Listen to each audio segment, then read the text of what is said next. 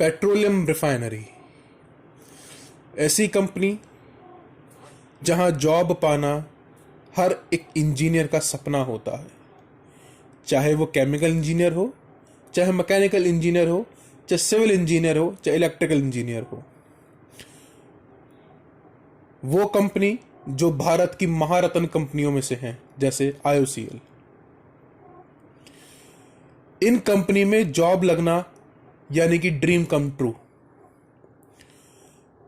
Hello दोस्तों, मैं आपका होस्ट और दोस्त अभिनव जैन स्वागत करता हूं आपका अपने YouTube चैनल ट्रू इंजीनियर्स पर।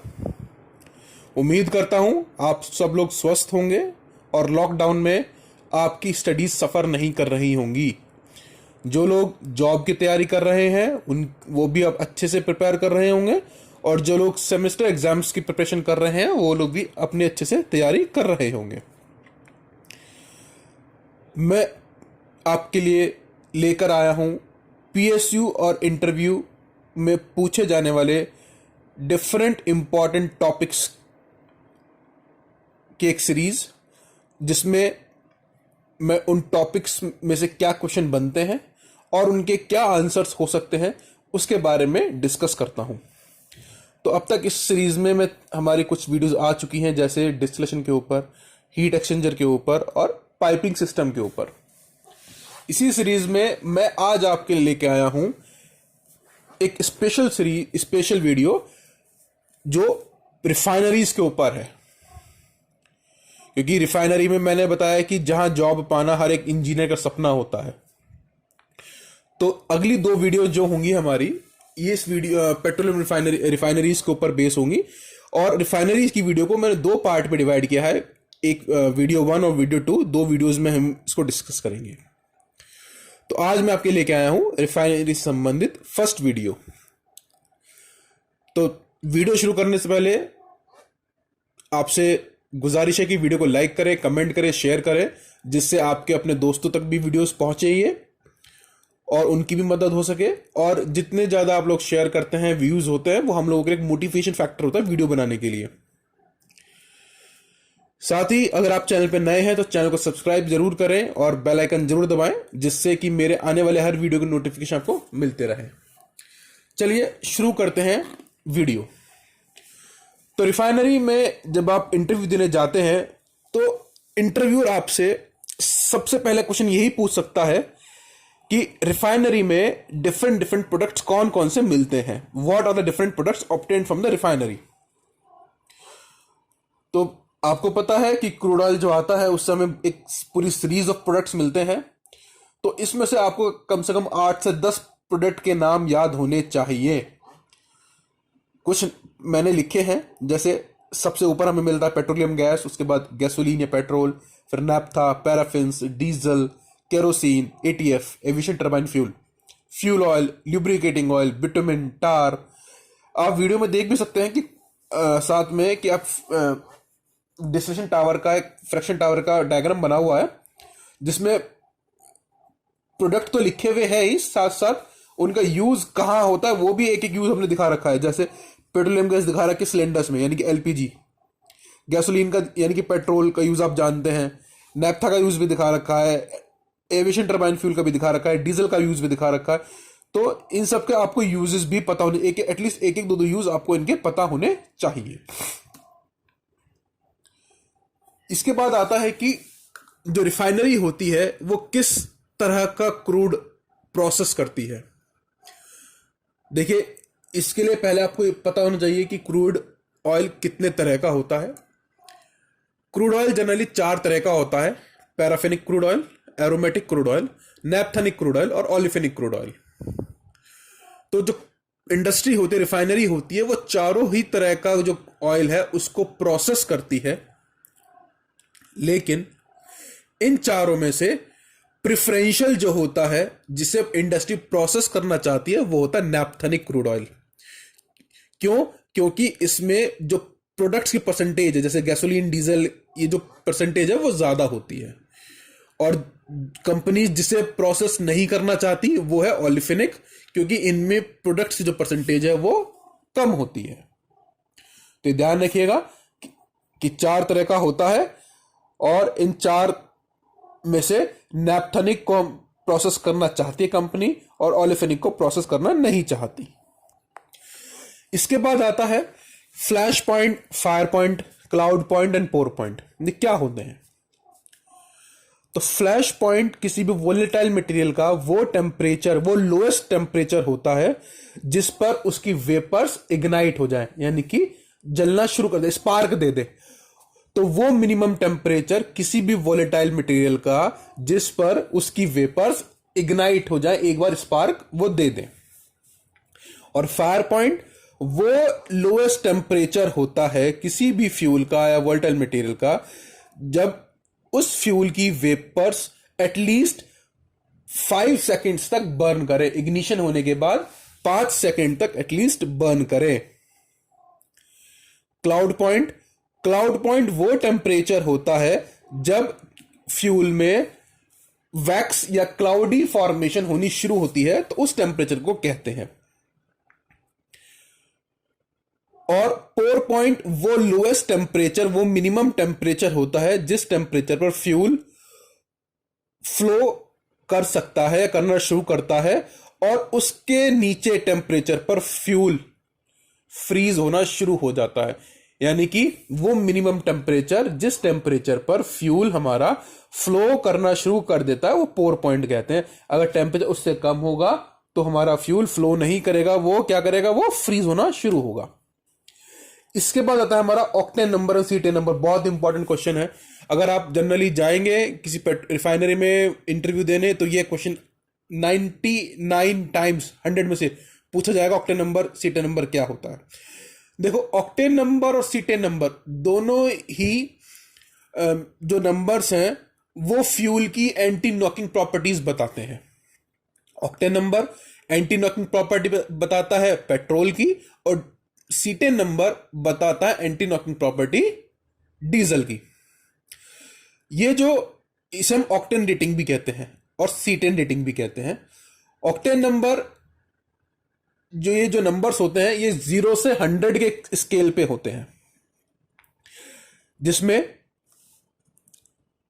आइसो ऑक्टेन जो होती है उसका नंबर 100 होता है, यानी कि मिनिमम नॉकिंग होगी, और एनहेप्टेन इसका ऑक्टेन नंबर 0 होता है, यानी कि इसमें बैड नॉकिंग, सबसे ज्यादा नॉकिंग होगी। अगर मैं कह रहा हूं किसी फ्यूल का ऑक्टेन नंबर 92 है, तो जनरली क्या समझा जाता है कि उसमें 92% ऑक्टेन है और 8% हेप्टेन है। ऐसा नहीं है। इसका मतलब ये होता है कि कोई स्टैंडर्ड इंजन होगा, उस पर कैलिब्रेशन करेंगे, उस पर हम टेस्ट करेंगे, हम एक फ्यूल लेंगे जिसमें 92% हमारा ऑक्टेन होगा और 8% हेप्टेन होगा। जितनी नॉकिंग उसकी होगी उतनी ही नॉकिंग जो हमारा फ्यूल है जिसका ऑक्टेन नंबर हम 92 कह रहे हैं उसकी होगी। तो ये होता है ऑक्टेन नंबर का मतलब। ऑक्टेन नंबर से ये मतलब नहीं होता कि उसमें 92% मेरा ऑक्टेन है और 8% हेप्टेन है, नहीं। मतलब ये होता है कि जो स्टैंडर्ड इंजन होगा, स्टैंडर्ड टेस्ट कंडीशंस में जितनी नॉकिंग 92% हेप्टेन और 92% ऑक्टेन और 8% हेप्टेन का फ्यूल करेगा, उतनी ही नॉकिंग हमारा फ्यूल कर रहा है। ऑक्टेन नंबर बताता है कि फ्यूल में हमारे कितनी प्योरिटी है। जितना ज्यादा ऑक्टेन नंबर होगा उतनी ही ज्यादा हमारी प्योरिटी होगी, यानी कि उसमें मिलावट कम होगी। सीटेन नंबर कंबशन स्पीड बताता है डीजल फ्यूल की, और इग्निशन के लिए कितना कंप्रेशन हमें चाहिए यह बताता है इग्निशन वैल्यू किसी डीजल की। ठीक है, कि इग्निशन होने में कितना डिले हो रहा है। यह भी क्या है, सीटेन का जो मिक्सचर होता है मिथाइल नैप्थलीन में, वो यही बताता है कि कितना हमारा फ्यूल एक्चुअल से डिले हो रहा है। अब मैं आपको एक चीज बताता हूं कि ये दोनों ही नंबर 100 से ऊपर भी हो सकते हैं। हमारे पास ऐसे फ्यूल्स भी हैं कि जिनकी नॉकिंग प्रॉपर्टी आइसोक्टेन जिसको हम 100% मानते हैं उससे भी कम है। और ऐसे ही सीटेन नंबर भी 100 से ऊपर हो सकता है कि ऐसे भी फ्यूल्स हैं क्योंकि जिनका सीटेन नंबर या जिनकी नॉकिंग 100% सीटेन से कम होती है। ऑक्टेन नंबर एरोमेटिक्स में मैक्सिमम होता है और पैराफिन्स में मिनिमम होता है, और सीटेन नंबर उल्टा होता है, सीटेन नंबर मैक्सिमम पैराफिन्स में होता है, मिनिमम एरोमेटिक्स में होता है। यानी कि इसका मतलब ये हुआ कि जो अच्छा पेट्रोल होगा वो अच्छा डीजल नहीं होगा, जो अच्छा डीजल होगा वो अच्छा पेट्रोल नहीं होगा। इसके बाद आता है स्मोक पॉइंट, एनिलीन पॉइंट। देखिए ऑक्टेन नंबर हमारा पेट्रोल के लिए हो गया, डीजल के लिए हमारा सीटेन नंबर हो गया, स्मोक पॉइंट होता है केरोसिन फ्यूल के लिए। इसकी मेजरमेंट हम करते हैं स्टैंडर्ड लैब से। स्टैंडर्ड लैंप में हम एक क्लोजली कंट्रोल्ड कंडीशंस में केरोसिन को बर्न करते हैं। जब फ्लेम जनरेट होती है तो एक सर्टेन हाइट के बाद स्मोक यानी कि धुआं उठना शुरू होता है। तो वो फ्लेम की वो हाइट जहां तक स्मोक जनरेशन नहीं होता उसे हम स्मोक पॉइंट कहते हैं, और ये हाइट mm में होती है। यानी कि the height of the flame in mm without the smoke generation is called smoke point. अगर केरोसिन एक अच्छा फ्यूल है या अच्छा फ्यूल के कैरेक्टरिस्टिक किसी उसमें है तो स्मोक पॉइंट ज्यादा होना चाहिए कि ज्यादा हाइट तक हमारा धुआं नहीं उठना चाहिए। इसी वजह से जो एरोमेटिक्स कंपाउंड होते हैं वो केरोसिन में अनडिजायरेबल होते हैं। एरोमेटिक्स में धुआं ज्यादा उठता है तो केरोसिन में एरोमेटिक्स अनडिजायरेबल होते हैं। एनिलीन पॉइंट फ्यूल में एरोमेटिक्स की प्रेजेंस को बताता है। यह वो टेम्परेचर होता है जिस टेम्परेचर पर फ्यूल एनिलीन के इक्वल वॉल्यूम के साथ मिसिबल यानी कंप्लीटली मिक्स हो जाता है। एनिलीन भी एक एरोमेटिक कंपाउंड है तो लाइक में डिसॉल्व करता है, तो इसी वजह से जो फ्यूल एरोमेटिक कंपाउंड में रिच होंगे तो एनिलीन उनमें जल्दी मिसिबल हो जाएगा और उनका एनिलीन पॉइंट कम होगा। अगर फ्यूल हमारा पैराफिनिक है तो एनिलीन पॉइंट ज्यादा होना चाहिए, उनका एनिलीन पॉइंट ज्यादा होगा। तो फ्यूल के बेटर होने के लिए एनिलीन पॉइंट ज्यादा होना चाहिए। हमने पढ़ा भी कि अगर फ्यूल में हमारे एरोमेटिक्स होंगे तो स्मोक ज्यादा आएगा। इसके बाद आता है हमारा विस्कोसिटी इंडेक्स। विस्कोसिटी इंडेक्स भी बहुत इंपॉर्टेंट प्रॉपर्टी है इंटरव्यू पर्पस के लिए, और ये जो प्रॉपर्टी होती है ये ल्यूब्रिकेटिंग ऑयल्स की होती है। ये जो प्रॉपर्टी है ये हमें विस्कोसिटी का वेरिएशन बताती है टेम्परेचर के रिस्पेक्ट में, कि टेम्परेचर के साथ विस्कोसिटी कैसे चेंज हो रही है। आइडियल लुब्रिकेटिंग ऑयल के लिए विस्कोसिटी चेंज नहीं होनी चाहिए टेम्परेचर के साथ। देखिए जो हमारे मोटर व्हीकल्स होते हैं उनको अलग अलग टेम्परेचर कंडीशंस में होते हैं, मॉर्निंग में, इवनिंग में, नाइट में, समर्स में, विंटर्स में, तो इन सब कंडीशंस में टेम्परेचर अलग अलग। यदि हमारे लुब्रिकेटिंग ऑयल की विस्कोसिटी टेम्परेचर के साथ चेंज करेगी तो प्रॉपर लुब्रिकेशन नहीं हो पाएगा। यदि विस्कोसिटी इंडेक्स हाई है तो इसका मतलब ये हुआ कि लुब्रिकेटिंग ऑयल की विस्कोसिटी टेम्परेचर के साथ चेंज नहीं कर रही है या चेंज बहुत नेग्लिजिबल है, और ये होना चाहिए, विस्कोसिटी इंडेक्स हाई होना चाहिए, तभी जो हमारा लुब्रिकेटिंग ऑयल है वो हमारा बेनिफिशियल होगा लुब्रिकेटिंग पर्पस के लिए।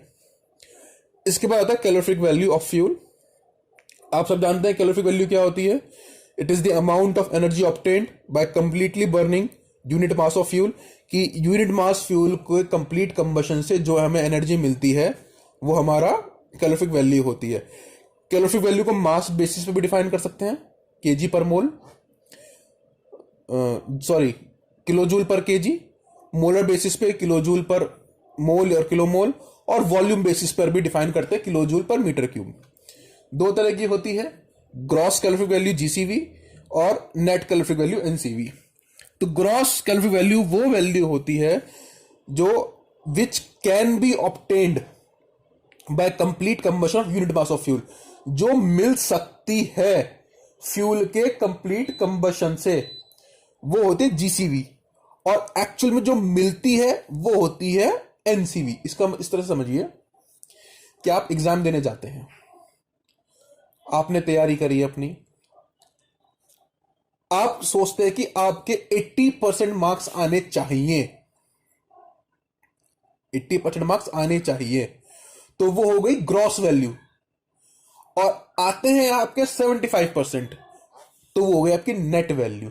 जो मिलनी चाहिए energy, that is gross calorific value, और जो मिलती है हमें वो होती है नेट कैलोरीफिक वैल्यू। और ये डिफरेंस क्यों होता है? क्योंकि हमारे फ्यूल में मॉइस्चर होता है, तो कुछ एनर्जी तो जो एनर्जी हमें मिलती है उसमें एनर्जी में से कुछ हिस्सा उस जो मॉइस्चर होता है उसको वेपराइज करने में चला जाता है, और जो हमें मिलती है नेट वैल्यू। तो जो नेट वैल्यू होती है वो हमेशा ग्रॉस से कम होगी। इसकी जो रिलेशन है वो आप पढ़ सकते हैं, वो जैसे होती है, वो होती है NCV equal to GCV minus M lambda, और ये एम लैम्डा जो होता है that is energy lost due to vaporisation of water vapours. कि तो वाटर वेपर्स को जो पानी को मॉइस्चर कंटेंट को रिमूव करने में जो हमारी वेपर्स जो हीट लॉस हो गई वो होती है हमारी एनसीवी। तो दोस्तों फर्स्ट पार्ट में वीडियो के आज इतनी बात करते हैं। डिफरेंट इसके पॉइंट्स को हमने जाना, फ्लैश पॉइंट क्या होता है, फायर पॉइंट क्या होता है, cloud point, power point, smoke point, aniline point, इनके बारे में हमने जान लिया। विस्कोसिटी इंडेक्स क्या होती है, इनको जरूर ध्यान रखेंगे कि कौन सा पॉइंट किसके लिए होता है। जैसे ऑक्टेन नंबर हमारा गैसोलीन या पेट्रोल के लिए होता है, सीटेन नंबर हमारा डीजल के लिए होता है, स्मोक पॉइंट हम निकालते हैं केरोसिन के लिए, विस्कोसिटी इंडेक्स हम निकालते हैं ल्यूब्रिकेटिंग ऑयल के लिए। ये जरूर याद रखें। उम्मीद करता हूं कि कुछ हद तक आपके डाउट्स क्लियर अवश्य हुए होंगे। अगर आपको कोई भी डाउट है तो आप मुझसे जरूर पूछें। वीडियो को लाइक करें, कमेंट करें, शेयर करें, और अगर यूट्यूब चैनल पे आप नए हैं मेरे चैनल पर तो उसको जरूर सब्सक्राइब करें, आपके लिए बहुत बेनिफिशियल होगा। और जितने ज़्यादा सब्सक्राइबर्स होंगे, व्यूज़ होंगे, तो वो हम लोगों को भी मोटिवेट करता है आपके वीडियोस बनाने के लिए। दोस्तों thanks for watching this video, और इस वीडियो का ही सेकेंड पार्ट, पेट्रोल रिफाइनरी का सेकेंड पार्ट बहुत जल्दी मैं लेके आऊँगा आपके लिए। जो बचा हुआ पार्ट है जिसमें हम प्रोसेस को डिस्कस करेंगे कि रिफॉर्मिंग क्या होती है, आपकी एफसीसी क्या होता है, हाइड्रो क्रैकिंग और हाइड्रो ट्रीटिंग क्या होती है, वो हम जनरली बहुत जल्दी उस वीडियो पे हम बात करेंगे। Thanks for watching this video.